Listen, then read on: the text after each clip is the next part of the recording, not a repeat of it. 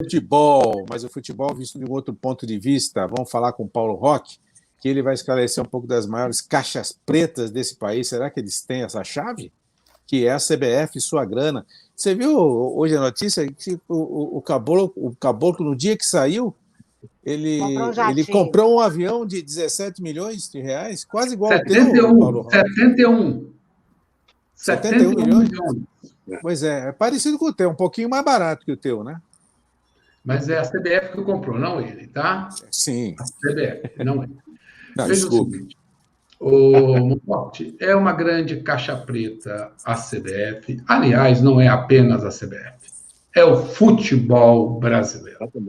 O futebol, pelo artigo 216 da Constituição brasileira, pode ser entendido claramente como patrimônio cultural do nosso país. Ele identifica o nosso país. Lá fora é uma marca importante nossa. Mas como tem feito a alegria de um grupo minoritário, de um pequeno grupo. Para você ter ideia, Monforte, os 3 últimos presidentes da CBF estiveram envolvidos com corrupção.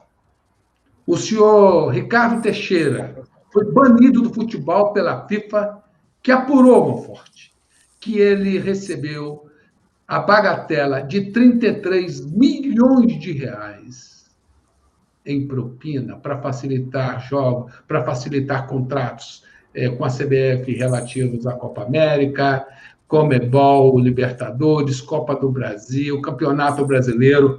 Ou seja, a CBF é muito boa para seus dirigentes.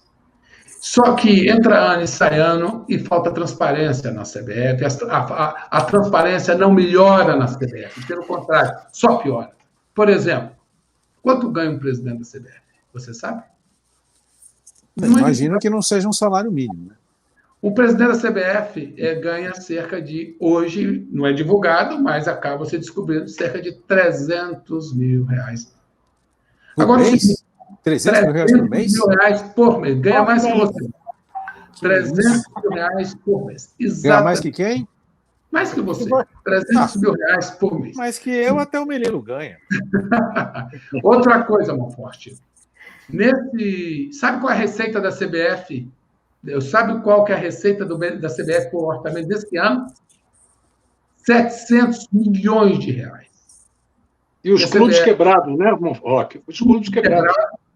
Não diz a CBF exatamente como gasta esse dinheiro, Monforte. Então, a CBF é uma caixa preta. O Estatuto do Torcedor chegou a avançar um pouco, dizendo que o torcedor é também consumidor. Mas ficou aí. Não estabeleceu mais direitos. Há um projeto hoje no Congresso Nacional que estabelece a seleção brasileira como patrimônio cultural do nosso país. Com isso, estabelecendo isso via lei, a CBF teria que prestar contas de uma maneira mais transparente à sociedade e qualquer entidade, por exemplo, poderia pedir a prestação de contas e fiscalizar as contas da CBF. Hoje, nada disso é feito. Por que a CBF comprar um avião de 71 milhões de reais se já tinha um avião lá, um jato, à sua disposição, Learjet? Ela não precisa da satisfação. Como disse o Caboclo recentemente, o dinheiro dela não é público. O dinheiro dela Roque, o Ministério Público pode intervir numa entidade privada? Hoje não pode, porque a CBF, o futebol brasileiro, ele não é considerado oficialmente um patrimônio cultural do Brasil. É isso que está. A partir desse momento, é por isso que o Estatuto do Torcedor teria que evoluir mais para considerar não só o torcedor como consumidor. Ele exige as demonstrações financeiras, todos os clubes divulgam, mas fica só nisso, fica aquelas demonstrações contábeis que cabem tudo. As fraudes não aparecem nas demonstrações, com muito pouca transparência e resultado. O que a CBF faz, na verdade, Monforte, são o que os clubes fazem. O meu Botafogo está quebrado, com a dívida de quase 1 bi, sem transparência nenhuma. Como que essa dívida foi criada? E a receita toda engolida em contratos mal feitos, sem transparência. Olha o Cruzeiro, a situação do Cruzeiro, que há 6, 7 anos atrás era o clube economicamente mais forte do Brasil, e hoje está na segunda divisão e com a dívida de 1 bilhão. Então, a falta de transparência que tem na CBF é a própria falta de transparência que tem em todo o futebol brasileiro. E o torcedor Paulo, usando o torcedor brasileiro para essas provas. Deixa eu te perguntar uma coisinha, duas, aliás.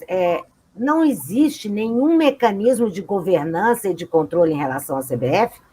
E a outra que eu queria te dizer, acrescentando a essa questão do jatinho, há poucos dias, esse presidente que saiu, essa coisa horrorosa, esse tal de caboclo, ele comprou um apartamento de 10 milhões, pagou cash, um apartamento de 10 milhões, cheque administrativo, está aqui. Bom, esse é isso, em questão aos gastos, a governança. E essa questão do futebol, eu acompanhei a CPI da Nike na Câmara. A briga era tão grande, o lobby que a CBF fez foi tão forte, que a CPI não conseguiu votar um relatório.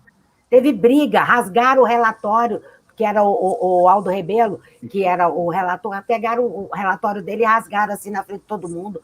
Foi um escândalo. E ficou tudo por isso mesmo.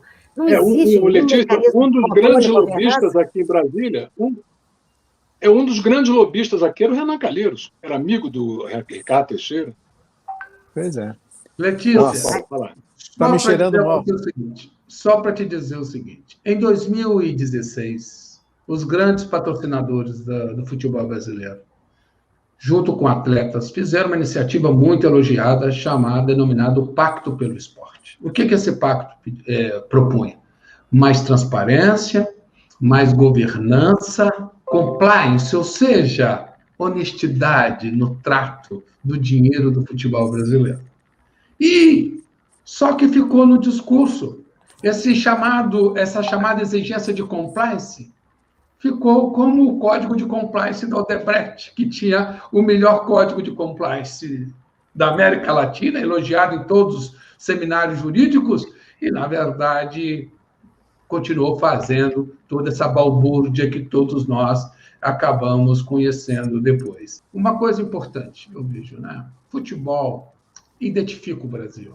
É preciso ser melhor cuidado, é preciso ser melhor tratado. Esse projeto que existe hoje no Congresso Nacional, eu vejo que é um projeto importantíssimo, não para tornar o futebol público, não queremos mais estatais, mas para dar ao torcedor brasileiro um mínimo de controle.